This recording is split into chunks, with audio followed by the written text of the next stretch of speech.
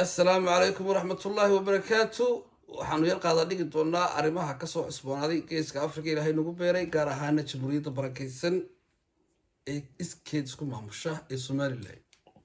taasoo beesha caalamka iyo quwadihii waaweyn u tartamayaan sidii ay ula sameynayaan contribution ama xidhiidh iskaashi oo dhan walba leh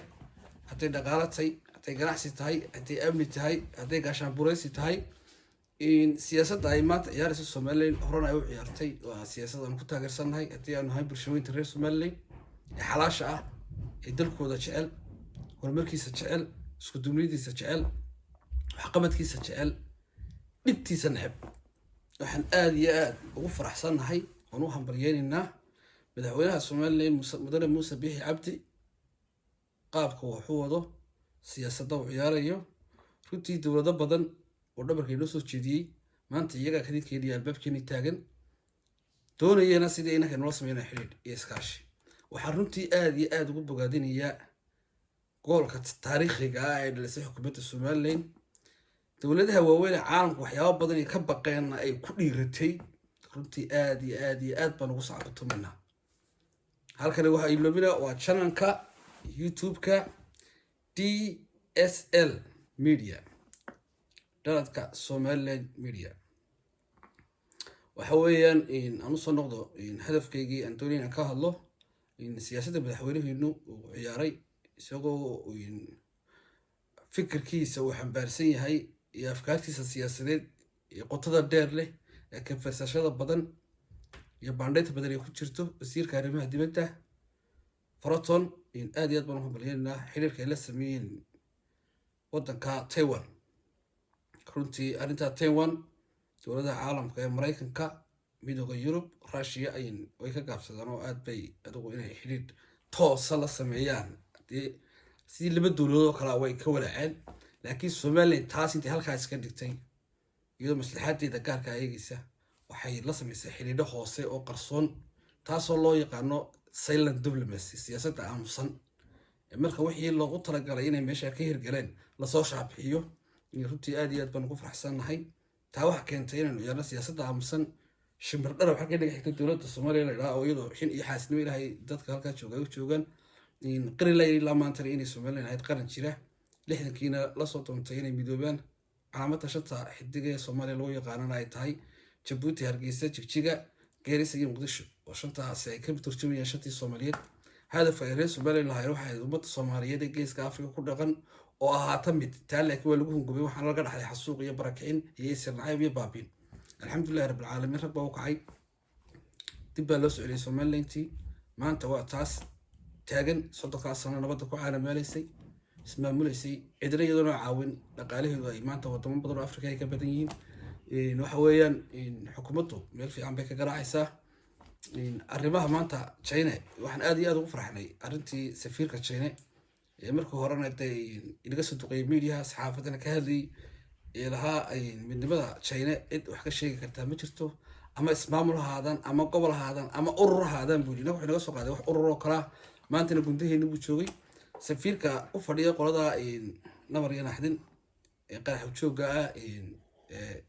Chongqing muuji wax la rabaayay garameynay Hargeysa yimi waxa uu ku sugnaa 3 cisho ayuu ku sugnaa waxa uu doonayay si uu la kulmo madaxweynaha Soomaaliland raana madaxweynuhu waa ka diiday waxa la kulmay wasiirka xigeenka arrimaha dibadda maadaama wasiirka arrimaha dibadda uu ku maqnaa anaga joogana soo garaacay ka baxawl baa ku yar jiray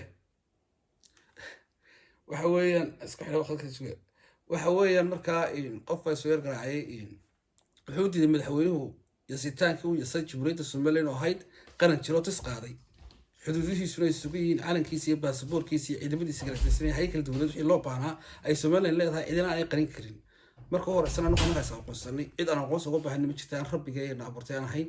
cid kasta aan inoo baahantay waxaan ku naalaa bandaqad ilaahay ku dhagay istiraaj adduunka cid kasta oo joogtaan ay u baahantay waana maray biyoodkaas badacas meesha caalamka oo dhan kala goosho haddaan halkayga anagu foodo ka dhigno wax adduunka dhaqaaqaya ma jirto inkasta mid taagtii rugmada alxamdulillah rabbil caalamiin madaxweynuhu si fiican buu yeelay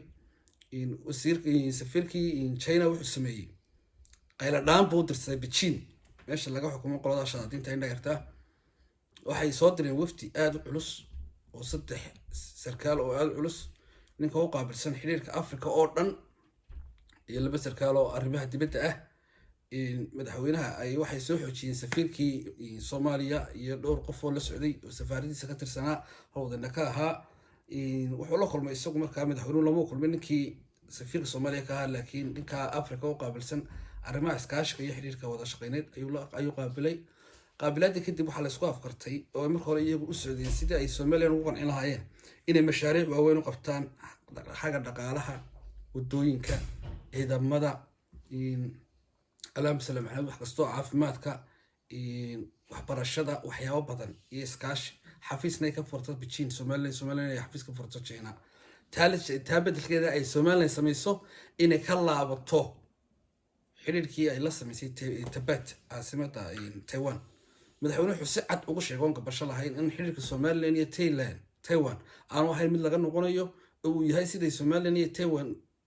safaaradaha u kala qaatay xafiisyada kala furteen ay ahaan isagoo gogol xaadkii u horreeyay wixii ka dambeysay ay safaarada kala qaadan doonaan iyaguna ictiraafsan Soomaaliland hadii Taiwan ictiraafsan tahay Soomaaliland taas ayuu sheegay wuxuu yiri caalamku cid kasta xiriir baan la sameynaa caalamkaas ka mid yihiin idinkana xiriir baan la sameynaa laakiin arrinta Taiwan halkaas ka dhiga wixii idinku China ahaan nala socotaana welcome aad iyo aad baan ugu hambalyeynaa arrimahaasaan anugu soo galay inaan ka hadlo YouTube-kan DSL Media marka alxamdulillahi rabbil caalamiin meel wanaagsan baa arrimuhu marayaan dadka Soomaaliland diidka ah ee inaga gudaheena ku jira iyo kuwa dibadda jooga waxaan leenahay candhuuftiina dib u liqa Soomaaliland cidna u joojin mayso rabbi baa wata dad daacada ku nool dad aan cidnaba nacbeen Soomaali maxamed iyo adduunka cidna ma nacbeen cidna calosh ma laakiin wixiina soo fara gashada araxya ka jaban hore cid walba og tahay hore wax noo soo maray cid kastaana wax leedahay taariikh magaca Soomaaliland cidii keentay ee adduunka bartayna reer Soomaaliland bahay markii Itoobiya Soomaaliya isleynaysa cidii Itoobiya waxay tay tustayna reer Soomaaliland bahay ilaahay waa u sameeyay dulqaadka ilaahay waa u sameeyay dagaalka ilaahay waa u sameeyay ismaamulka iyo kala dambeynta iyo disciplineka mana ogolaadaan in ciidamo shisheeyo intii doona haystaan wadanka doona haadaan in ciidooda iyo caradooda iyo maadidooda ay dhex yimaadaan sidii u ogolin qolada Soomaaliya in ilaa imika 2020 la marayo sanguridi sawaaxili iyo xabash xuni waxay doonaan ka sameeyaan wadankooda alxamdulillahi rabbil caalamiin ilaahay kuwa naga dhaliyay intaasaan soo galay aad iyo aadna waan idin salaamayaa waxaan idin leeyahay YouTube-ka aad ha loo share gareeyo wassalaamu calaykum waraxmatullaahi wabarakaatuh